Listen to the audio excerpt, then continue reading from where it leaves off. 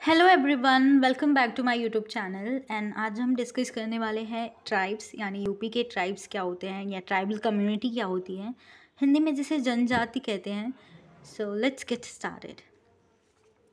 So first, tribes या जनजाति क्या होता है, जनजाति का मीनिंग क्या होता है। भारत के विभिन्न क्षेत्रों में ऐसे मानव समूह निवास करते हैं जो आज भी सभ्यता तथा संस्कृति से अपरिचित हैं, जो सभ्य समाजों से दूर जंगल, पहाड़ों अथवा पठारी क्षेत्रों में निवास करते हैं। इन्हीं समूहों को जनजाति, आदिम समाज या वन्य जाति, आदिवासी आदि नामों से जाना जाता है। बेसिकली जो फॉरेस्ट में रहते हैं, उनका जो जीवन होता है फॉरेस्ट में, या मतलब नॉर्मल लोगों के साथ, मतलब संस्कृति सभ्यता से दूर रहते हैं जैसे, और अलग अपना जीवन यापन करते हैं, अलग तरीके से अपना जीवन यापन करते हैं। इनको आदिवासी भी कह सकते हैं और वन्य जाति भी कहा जाता है। तो ऐसे जीव क्या होते हैं, ट्राइब्स होते हैं, जनजाति कहलाते हैं। ठीक है। ट्राइबल कम्युनिटी बहुत प्रकार की भी हो सकती है। तो जनजाति की परिभाषा या डेफिनेशन को हम देख लेते हैं कि क्या होता है। तो फर्स्ट जो डेफिनेशन दी है वो रॉल्फ लिंटन के अनुसार, सरलतम रूप से जनजाति ऐसे टोलियों का एक समूह है जिसका एक सानिध्य वाले भूखंडों पर अधिकार हो और जिनमें एकता की भावना, संस्कृति में गहन समानता, निरंतर संपर्क तथा कतिपय सामुदायिक हितों में समानता से उत्पन्न हुई हो। मतलब जो किसी एक ऐसी टोलियों में रहते हैं, समूह में रहते हैं, जो किसी भूखंड में, या कह सकते हैं भूखंड में रहते हैं, किसी अलग जगह रहते हैं और उनमें एकता की भावना होती है, संस्कृति का मतलब अपनी संस्कृति को फॉलो करते हैं, उस तरीके के जो होते हैं वो आते हैं। सेकेंड जो बात कही है मजुमदार के अनुसार, ये पूछा जा सकता है कि जनजाति की परिभाषा डेफिनेशन क्या होती है।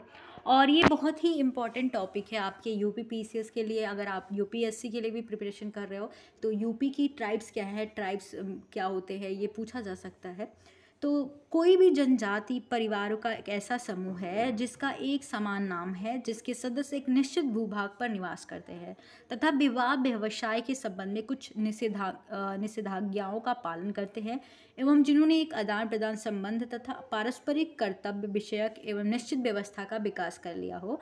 मजुमदार का यही कहना है कि जैसे किसी भूभाग पर निवास करते हैं, समान लोग होते हैं, उनके जो कल्चर होते हैं समान होते हैं, आपसी संबंध अच्छे होते हैं, मतलब जो उनको मतलब जो अपने कल्चर को फॉलो करते हैं, जो चीज़ें मना की गई हैं उसे नहीं करते हैं, इस तरीके से होता है।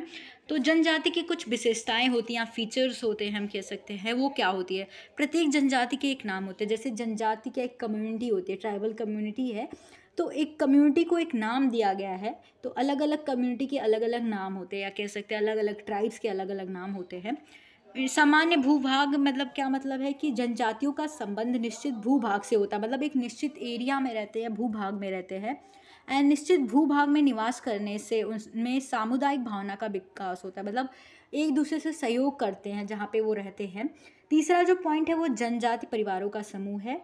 एक जनजाति में समान लक्षण वाले परिवारों का समूह होता है, मतलब जो जिनमें लक्षण कैरेक्टरिस्टिक्स जिनमें समान होती है, एक ही कल्चर को फॉलो करते हैं, उनका खान पान समान होता है, तो कुछ परिवारों से मिलकर एक नातेदारी समूह का निर्माण होता है, मतलब रिश्तेदार बनते हैं, और इसी तरह नातेदारी समूह के अंतर संबंधों के आधार पर जनजाति समूह विकसित हो जाता है। ठीक है, जहाँ पे वो अब एक दूसरे में अच्छी तरीके से रहते हैं, एक ही कल्चर को फॉलो करते हैं, उनका खान पान रहन सहन सब एक जैसा होता है। ठीक है। सामान्य भाषा की बात करें तो उनकी लैंग्वेज क्या होती है, तो जनजाति की अपनी एक सामान्य भाषा होती है। ठीक है, उनकी एक लैंग्वेज होती है जिसका उपयोग वे अपने विचारों के आदान प्रदान के लिए करते हैं। अलग अलग ट्राइब्स होते हैं, उनके अलग अलग लैंग्वेज होती है। ठीक है। देन बात करते हैं शिक्षा का अभाव। शिक्षा का अभाव बहुत ज़्यादा ट्राइब्स में होता है। बेसिकली वो अपने कल्चर को इस तरीके से फॉलो करते हैं कि उसे डिसएग्री नहीं कर सकते। ठीक है, तो जनजाति समूह में शिक्षा का अभाव बहुत ही अधिक होता है, और भारत सरकार ने शिक्षा के अभाव को दूर करने के लिए अनेक कदम भी उठाए हैं। तो और जनजातियों को अपने कॉन्स्टिट्यूशन या संविधान में शेड्यूल्ड कास्ट के अंदर रखा गया है, यानी एसटी कह सकते हैं, शेड्यूल ट्राइब्स होते जो है, शेड्यूल अनुसूचित जो जनजाति होती हैं उनके अंदर रखा जाता है, तो उसके अंदर आते हैं शेड्यूल ट्राइब्स होते हैं, कास्ट तो अलग होता है। ठीक है। एंड अंतर्विवाह, जनजातियों में अंतर्विवाह का पीर चलन से एक जनजाति के लोग दूसरी जनजाति से विवाह नहीं करते, मतलब अपनी जनजाति, मतलब अपनी ट्राइबल कम्युनिटी वाले लोग अपनी ही ट्राइबल कम्युनिटी से शादी करेंगे, उनकी मैरिज ऐसे होती है। अदरवाइज वो दूसरे कम्युनिटी या ट्राइब्स से नहीं हो सकती, ऐसा होता है। आत्मनिर्भरता की बात करें तो इंडिपेंडेंस की बात करें, सेल्फ इंडिपेंडेंस की, तो जनजाति समूह में आत्मनिर्भरता पाई जाती है। भौतिकता के दौर में जीवन की आवश्यकताओं को पूरा करने में जनजाति समूह स्वयं सक्षम होते हैं, वो कैपेबल होते हैं, अपने सेल्फ इंडिपेंडेंस से कुछ न कुछ कार्य करते रहते हैं। देन बात करते हैं विस्तृत आकार की, तो एक जनजाति कई परिवारों का संकलन होता है। इसमें वंश समूह, गोत्र और गोत्र के संयुक्त रूप से भातृदल होते हैं। इस तरह जनजाति संगठन का एक विस्तृत आकार ले लेता है, मतलब उसमें उसके भाई होंगे, इस तरीके से एक परिवार बन जाता है, परिवार का संकलन होता है। जनजाति परिवारों का समूह है, एक जनजाति में समान लक्षण वाले परिवारों का समूह होता है। दरअसल ये तो हमने पॉइंट कवर कर लिया, ये रिपीट हो गया है। फिर हम बात करते हैं कि जनजाति समाज की संस्कृति अन्य समाजों से भिन्न होते हैं। इनके रीति रिवाज, विश्वास, भाषा और स्थान अलग अलग होते हैं, ठीक है। जैसे मैंने बताया कि अलग भूखंड में रहते हैं, वन्य जीव कहलाते हैं या आदिवासी भी कह सकते हैं। यदि व्यक्तियों का सामाजिक स्तर समान ना हो तब भी उन्हें स्त्रीकरण एवं विलग्नता दिखाई नहीं पड़ती, ठीक है। उनमें समानता होती है, अलग मतलब अलग नहीं होते। भारत की कुल अनुसूचित जनजातियों की संख्या, या मैंने जैसे बताया कि संविधान में इन्हें शेड्यूल्ड ट्राइब के अंदर रखा जाता है, तो संख्या जो होती है 1.09% होती है, उत्तर प्रदेश में पाई जाती है। जो हम उत्तर प्रदेश की बात करेंगे अभी, क्योंकि हमारा मेन जो टॉपिक है, हम ट्राइब्स जो है यूपी में कितने ट्राइब्स होते हैं उनकी बात कर रहे हैं, तो 1.09% उत्तर प्रदेश में पाई जाती है, बहुत ज़्यादा पाई जाती हैं उत्तर प्रदेश में। तो उत्तर प्रदेश की प्रमुख जनजातियाँ जो हमारा मेन टॉपिक है उस पर आते हैं। तो major tribes of Uttar Pradesh कौन कौन सी हैं?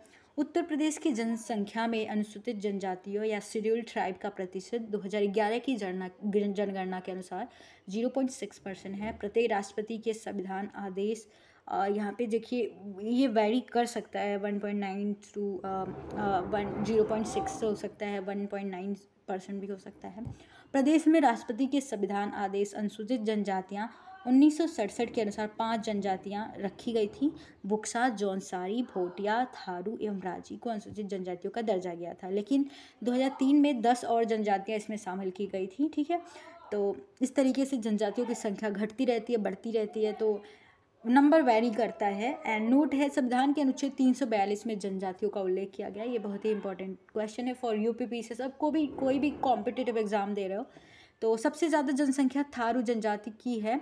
नहीं, ये थोड़ा गलत है, ये पॉइंट थारू जनजाति की अब नहीं है, 2011 की जनगणना ही। ये थारू जनजाति जो होते हैं उत्तराखंड में इनकी संख्या ज़्यादा है, ठीक है, उत्तराखंड में इनकी संख्या ज़्यादा है। लेकिन यूपी की बात करें तो इसमें आपका गोंड जो है ना वो ज़्यादा होता है, तो ये पॉइंट आप इसको उत्तराखंड का मान लीजिए। तो उत्तर प्रदेश में कुल 12 जनजातियां हैं, नंबर वैरी कर सकता है। सबसे पुरानी जनजाति थारू तथा बुक्सा को मानी जाती है, गोंड भी इसमें आता है, खरवार भी आते हैं।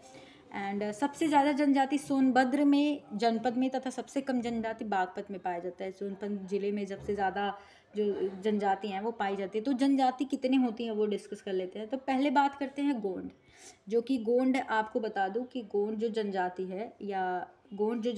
है ये उत्तर प्रदेश में सबसे ज़्यादा पाई जाती है 2011 की जनगणना के अनुसार। नंबर पहले थारू था, नंबर वैरी करता है, तो अभी जो है सबसे ज़्यादा वो गोंड जनजाति है। और इसमें आप कंफ्यूज मत होइएगा क्योंकि नंबर वैरी करता है। तो गोंड जनजाति जो होते हैं सबसे ज़्यादा पाए जाते हैं आपके यूपी में। So largest tribe in UP यही है गोंड। और ये कहाँ कहाँ इस मतलब किस किस ज़िले में पाया जाता है सब देखिए, धुरिया, नायक, पथारी और राजकोंड भी किस ज़िले में पाए जाते हैं, ये भी एक जनजाति ही है। तो ये ज़्यादातर महाराजगंज, सिद्धार्थनगर, बस्ती, गोरखपुर, देवरिया, मऊ और आजमगढ़, जौनपुर और सोनभद्र में ये सब पाए जाते हैं। खरवार और राजगोंड जो जनजाति हैं वो कहाँ पाई जाती है, तो देवरिया, बलिया, गाजीपुर, वाराणसी और सोनभद्र में। देखिए सोनभद्र में बहुत जनजातियाँ पाई जाती हैं, मैंने ऑलरेडी आपको बताया था। सहरिया जो है वो भी ललितपुर पाया जाता है, ये भी सोनभद्र में ही है। और आपको बता दूँ परहिया, बैगा, अगारिया, पटारी, भुइयाँ सोनभद्र में ही पाए जाते हैं, सोनभद्र ज़िले में, ये यूपी का एक ज़िला है। देन बात करते हैं ये जनजाति, ये भी पांखा, पानिका, ये जो भी जनजाति हैं ये सभी सोनभद्र और मिर्ज़ापुर में पाए जाते हैं। चेरो जो जनजाति है वो सोनभद्र और वाराणसी में पाई जाती है। थारू जो है वो गोरखपुर के तराई क्षेत्रों में पाए जाते हैं, गोरखपुर की तराई क्षेत्रों में। पहले इसकी संख्या बहुत ज़्यादा थी, अभी इसकी संख्या गोंड से कम हो गई है। तो बुक्सा तथा बॉक्सा, इसको 2 नामों से जाना जाता है। तो महागीर जो है ये बिजनौर में पाया जाता है, ठीक है। अब इनको थोड़ा डिटेल में स्टडी कर लेते हैं। सो फर्स्ट जो ट्राइब है थारू ट्राइब, जो थारू ट्राइब क्या है उसको बता देती हूँ मैं। तो ये ज़्यादातर कहाँ पाया जाता है, जैसे पहले भी बताया गया था, तराई पार्ट ऑफ गोरखपुर। और थारू जनजाति के लोग किरात वंश के होते हैं, किरात डायनेस्टी से होते हैं। इस जनजाति के लोग कद में छोटे, पीली चमड़ी और चौड़ी मुखाकृति के होते हैं, ठीक है। इस जनजाति के लोग का मुख्य भोजन चावल भी होता है, मांस भी खाते हैं और ज़्यादातर मुर्गी पालन भी करते हैं ये। तो मुर्गियाँ खाते हैं, चिकन खाते हैं और इस तरीके से इनका भोजन जो मुख्य होता है वो चावल होता है, राइस होता है। ये लोग अपने घरों का निर्माण लकड़ी के लट्ठों और नरकुलों से करते हैं। बांस जो होता है ना उससे करते हैं, लकड़ी से करते हैं, क्योंकि ईंट पत्थर से ये नहीं करते। ये लोग अभी भी संयुक्त परिवार में रहते हैं, मतलब जॉइंट फैमिली होती है। सबसे आश्चर्य वाली बात है कि ये लोग दीपावली को शोक पर्व के रूप में मनाते हैं। देखिए ये क्वेश्चन कहीं भी कॉम्पिटिटिव एग्जाम में आ सकता है। ये हिंदुओं के त्यौहार को मनाते हैं, सभी हिंदुओं के त्यौहार को ही फॉलो करते हैं, लेकिन जो है इसे क्या करते हैं, ये शोक फेस्टिवल के रूप में मनाते हैं। बिकॉज इस दिन ये लोग पुतले, मुर्दे के पुतले बनाकर जलाते हैं, जैसे शोक मनाया जाता है। तो और खिचड़ी डांस करते हैं ओकेज़न ऑफ होली, मतलब khichdi dance is perform by Tharu tribe on the occasion of Holi. इस तरीके से क्वेश्चन पूछ सकता है। इस जनजाति में बदला विवाह प्रथा प्रचलित है। बदला विवाह प्रथा क्या होती है, बहुत ही समझिए एक सामाजिक बुराई है, जिसमें क्या होता है कि अगर आप, जिसमें अदला बदली होती है, समझिए रिश्तों की अदला बदली होती है। अगर एक पेरेंट्स है, ये कोई पेरेंट्स, इसकी एक बेटी और एक बेटा, अगर ये इसके बेटे की शादी इसके बेटे से हो, इसकी बेटी से हो रही है, तो इसकी बेटी की शादी इसके बेटे से होगी, लाइक दिस, ऐसे ही होता है। तो मतलब बेटियों की अदला बदली समझिए, अगर इसकी बेटी इसके घर जा रही है तो इसकी बेटी इसके घर आएगी, समझिए इस तरीके से होता है। A festival called Bajhar is celebrated by Tharu. Bajhar festival celebrate किया जाता है इनके द्वारा। थारू डेवलपमेंट प्रोजेक्ट, यानी जिसे थारू विकास परियोजना कहते हैं, जो स्टार्ट हुई थी 2 अक्टूबर 1980 में इन यूपी। ये भी क्वेश्चन आ सकता है। देन सेकेंड जो हमारे पास जो ट्राइब है यूपी में वो गोंड जनजाति होती है। और जैसे कि मैंने बताया, ये गोंड जनजाति 2011 की जनगणना के अनुसार यूपी की सबसे बड़ी जनजाति होती है और भारत की दूसरी सबसे बड़ी जनजाति होती है। भारत की जो पहली जनजाति है जिसकी जनसंख्या सबसे ज़्यादा होती है वो भील होती है, ठीक है। दूसरे नंबर पे आपका गोंड आता है, तो भील जनजाति सबसे ज़्यादा होती है। और Gond is the largest tribe in UP as I told you, and इसका संबंध रावण खानदान से है। गोंड जनजाति का प्रधान व्यवसाय कृषि होता है, एग्रीकल्चर होता है, किंतु ये कृषि के साथ साथ पशुपालन भी करते हैं। इनका मुख्य भोजन बाजरा होता है, ठीक है। गोंडों का मानना है कि पृथ्वी जल और वायु देवताओं द्वारा शासित है, मतलब देवताएं इसका पृथ्वी जल वायु जो देवताओं द्वारा ही प्रदान की जाती हैं।